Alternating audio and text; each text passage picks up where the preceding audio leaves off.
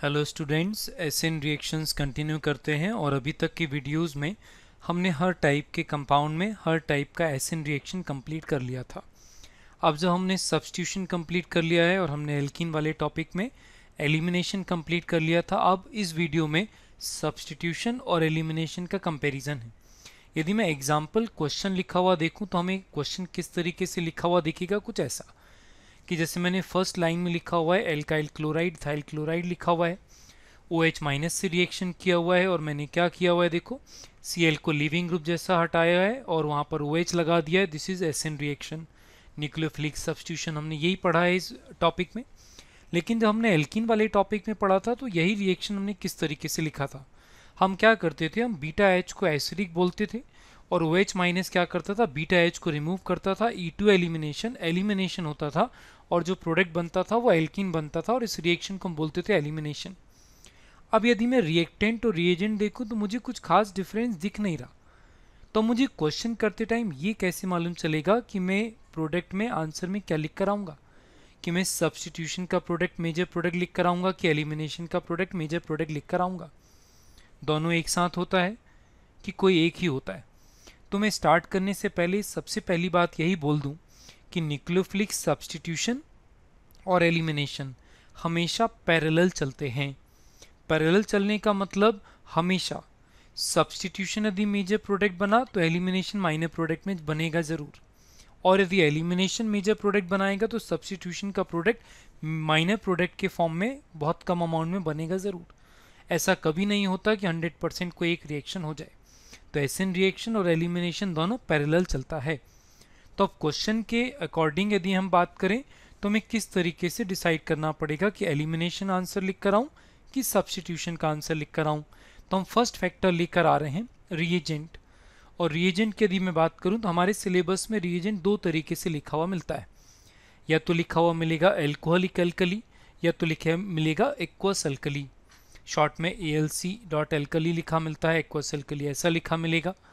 तो ये हमें याद कर लेना चाहिए कि एल्कोहलिक एल्कली क्या करेगा, एलिमिनेशन डोमिनेट करता है, मतलब एलिमिनेशन मेजर प्रोडक्ट बनाएगा और सब्स्टिट्यूशन माइनर प्रोडक्ट बनाएगा। और एक्वस एल्कली में क्या होगा, एक्वस एल्कली में सब्स्टिट्यूशन डोमिनेट्स, मतलब मेजर प्रोडक्ट में सब्स्टिट्यूशन का बनाऊंगा। अब एल्कोहलिक एल्कली कोई भी लिखा हुआ आ सकता है।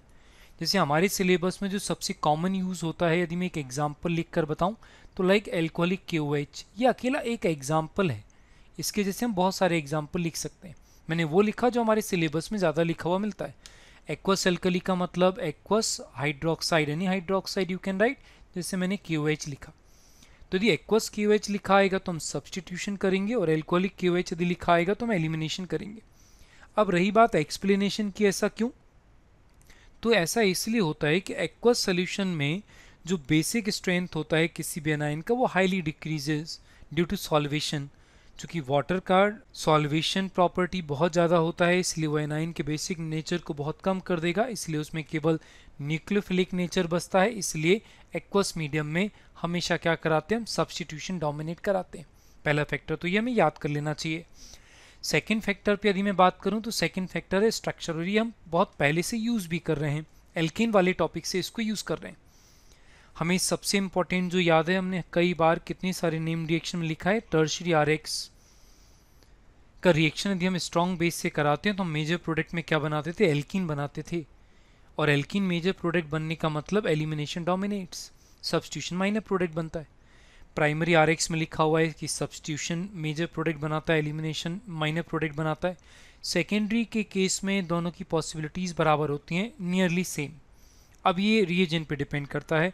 एल्कोहलिक एल्कली दिया रहेगा तो एलिमिनेशन डोमिनेट कराएंगे, और यदि एक्वस एल्कली दिया रहेगा तो हम सब्स्टिट्यूशन डोमिनेट कराएंगे। हमने पहले भी कई बार बात बोली है, और सबसे इंपॉर्टेंट रिजल्ट होता था ये कि tertiary RX whenever reacts with any strong base major product is what, alkenes. ये मेजर प्रोडक्ट बनता है, इसका मतलब एलिमिनेशन डोमिनेट करता है। ठीक, अच्छा इस लाइन को यदि मैं ध्यान से पढ़ूं तो मैंने लिखा है स्ट्रॉन्ग बेस से रिएक्ट करेगा तब, तो अंडरस्टूड सी बात है। यदि वीक बेस से रिएक्ट करेगा तो ऐसा नहीं होगा। तो यदि टर्शियरी RX वीक बेस से रिएक्ट कराऊंगा तो फिर सब्स्टिट्यूशन को डोमिनेट कराना पड़ेगा। तो ये लाइन में लिख भी देता हूँ, ये देखो मैंने लाइन लिख भी दिया कि यदि टर्शियरी RX के साथ में वीक बेस लिया तो यहाँ पर सब्स्टिट्यूशन डोमिनेट करेगा। एक एग्जाम्पल लिखकर बात कर लेते हैं। एग्जाम्पल हमने लिखा टर्शरी RX लिया हमने एक, और RO माइनस जो है ये है स्ट्रॉन्ग बेस, ये स्ट्रॉन्ग बेस लिया, जबकि यहाँ पर ROH न्यूट्रल है। न्यूट्रल होने का मतलब ये वीक बेस, वीक बेस। तो स्ट्रॉन्ग यदि बेस रहेगा तो मुझे क्या ध्यान रखना है, एलिमिनेशन को डोमिनेट कराना है। मतलब यहाँ का जो मैं प्रोडक्ट बनाऊंगा वो आंसर में मैं क्या लिख कर आऊँगा, एल्कीन लिख कर आऊँगा, आंसर होगा ये। लेकिन यदि ROH लिखा रहेगा तो मैं सब्सटीट्यूशन कराऊंगा, और SN1 होगा कि SN2 वो तो सॉल्वेंट पे डिपेंड करता है। तो टर्शरी RX के केस में क्या करते हैं, SN1 करते हैं, और जो आंसर लिख कर आऊँगा वो प्रोडक्ट में लिख कर आऊँगा ये। और ऐसा मैंने इसलिए किया क्योंकि वीक बेस है, इसलिए मैंने सब्सटीट्यूशन को एलिमिनेशन से ज़्यादा प्रायोरिटी दिया है। और फैक्टर्स पे यदि मैं बात करूँ तो मैंने लिखा है stronger base favours elimination, common sense है। फर्स्ट पॉइंट यही तो था कि यदि एनाइन का बेसिक स्ट्रेंथ ज़्यादा रहेगा तो एलिमिनेशन डोमिनेट करेगा, और यदि एनाइन का बेसिक स्ट्रेंथ कम हो जाएगा तो सब्सटीट्यूशन डोमिनेट करता है। फिर लास्ट पॉइंट जो लिखा हुआ है number 4, high temperature favours elimination. देखो सब्सटीट्यूशन में कितने बॉन्ड ब्रेक होते हैं, केवल एक, लीविंग ग्रुप का बॉन्ड।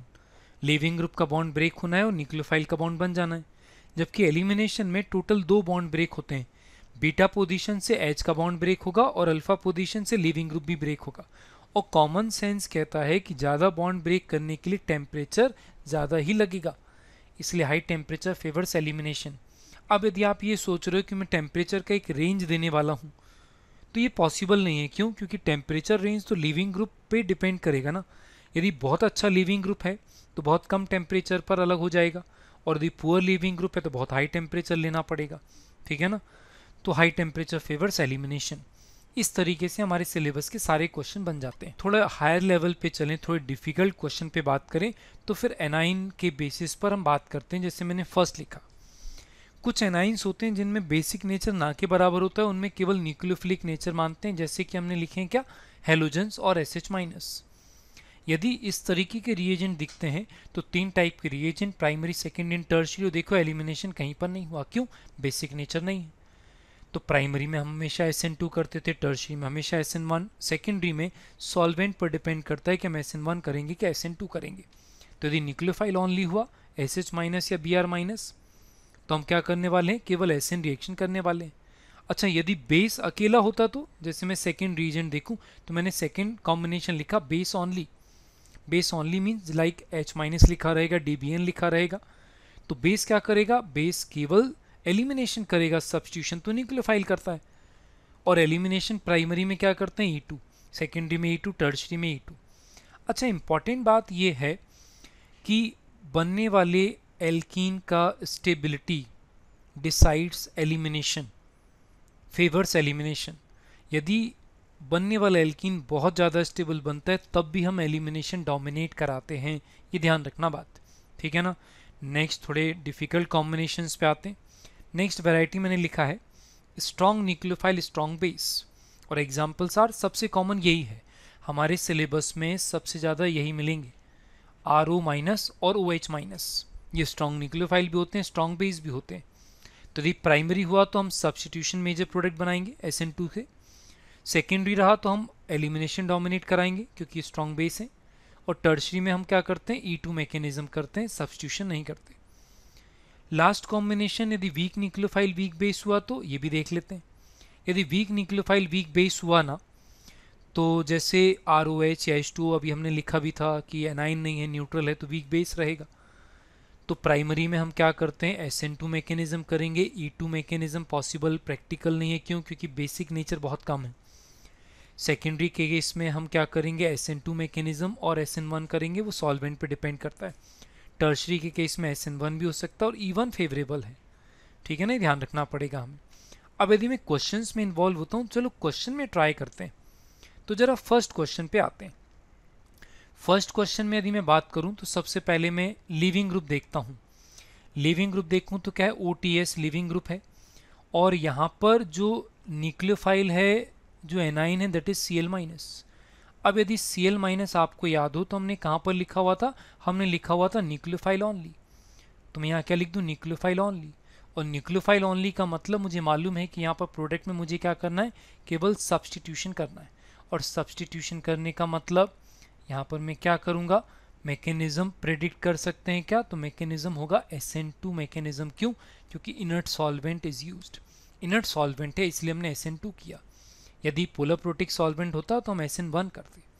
और क्वेश्चन में ट्राई करते हैं। क्वेश्चन में ट्राई करें तो यहाँ पर जो OH है माइनस OH माइनस ये, और ये क्या केस आता है? स्ट्रॉन्ग न्यूक्लियोफाइल भी है और ये स्ट्रॉन्ग बेस भी है, स्ट्रॉन्ग बेस भी है, ठीक है। और यहाँ पर ये जो एल्काइल हैलाइड लिया है ये क्या है? टर्शरी RX है टर्शरी RX। तो टर्शरी के केस में हमें क्या करना पड़ेगा? हमें E2 एलिमिनेशन करना पड़ेगा, और E2 एलिमिनेशन में हम सेटजेफ प्रोडक्ट मेजर प्रोडक्ट बनाते हैं, एलिमिनेशन डोमिनेट कराएंगे, और जो प्रोडक्ट बनाएंगे वो प्रोडक्ट बनेगा कुछ ऐसा। ये आंसर हम लिख कर आएंगे, ठीक। नेक्स्ट क्वेश्चन पे ट्राई करते हैं। टर्शी ब्यूटॉक्साइडाइन वेरी स्ट्रॉन्ग बेस, ये क्या है? Strong base. और यदि ये स्ट्रॉन्ग बेस है तो हमें एलिमिनेशन करना पड़ेगा, और यहाँ पर ये जो है टर्शरी RX मैकेनिज्म कौन सा होगा? मैकेनिज्म हमें E2 मैकेनिज्म लिखना पड़ेगा। और इम्पॉर्टेंट बात ये है कि जब बल्कि बेस होता है तब हम हॉफमैन प्रोडक्ट मेजर प्रोडक्ट बनाते थे, सेटजेफ प्रोडक्ट मेजर प्रोडक्ट नहीं बनता। बल्कि base less crowded beta H को रिमूव करता है, इसलिए यहाँ का जो आंसर बनेगा वो आंसर बनेगा ये वाला, ठीक है। नेक्स्ट क्वेश्चन पे चलते हैं। यहाँ पर टर्शी ब्यूटॉक्साइडाइन स्ट्रॉन्ग बेस है, और कोई सा भी एल्काइल हैलाइड रहे हमें क्या करना पड़ेगा? एलिमिनेशन करना पड़ेगा। और जब मैं एलिमिनेशन करूँगा तो मुझे सेटजेफ प्रोडक्ट बनाना पड़ेगा, तो यहाँ का आंसर रहेगा ये।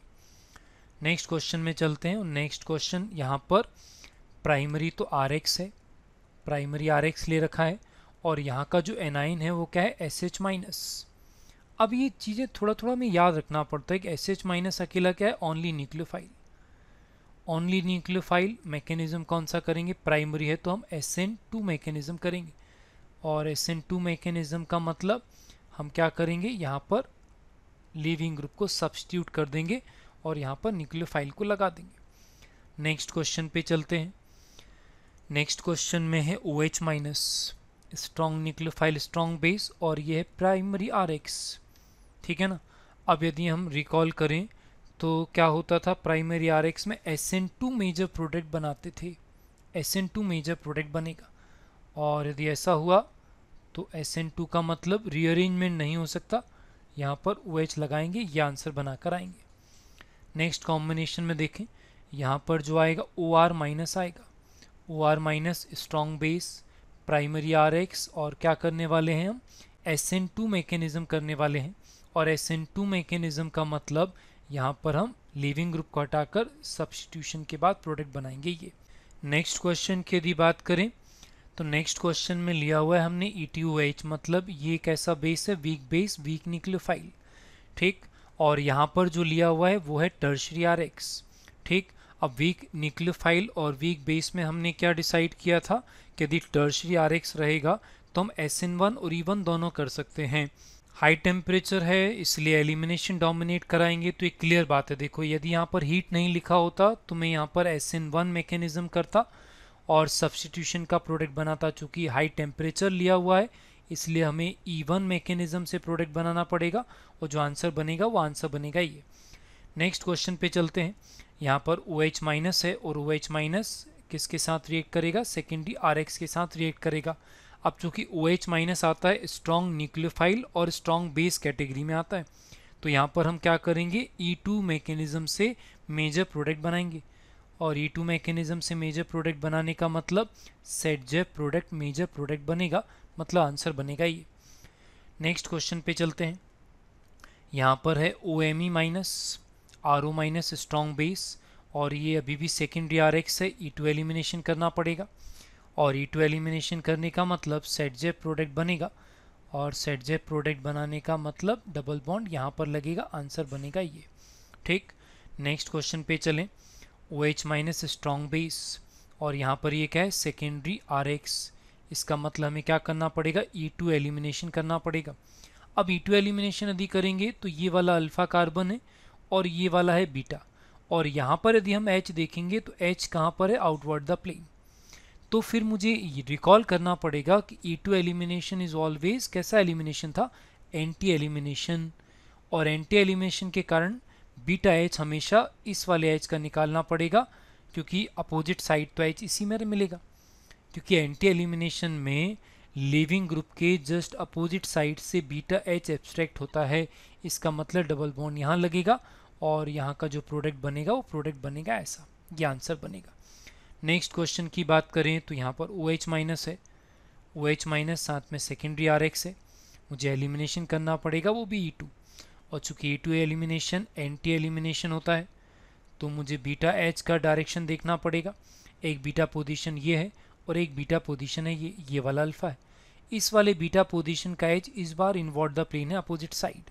इसका मतलब जब मैं E2 एलिमिनेशन यहाँ पर करूँगा तो जो मेजर प्रोडक्ट बनेगा वो मेजर प्रोडक्ट बनेगा कुछ ऐसा, ये वाला आंसर बनेगा।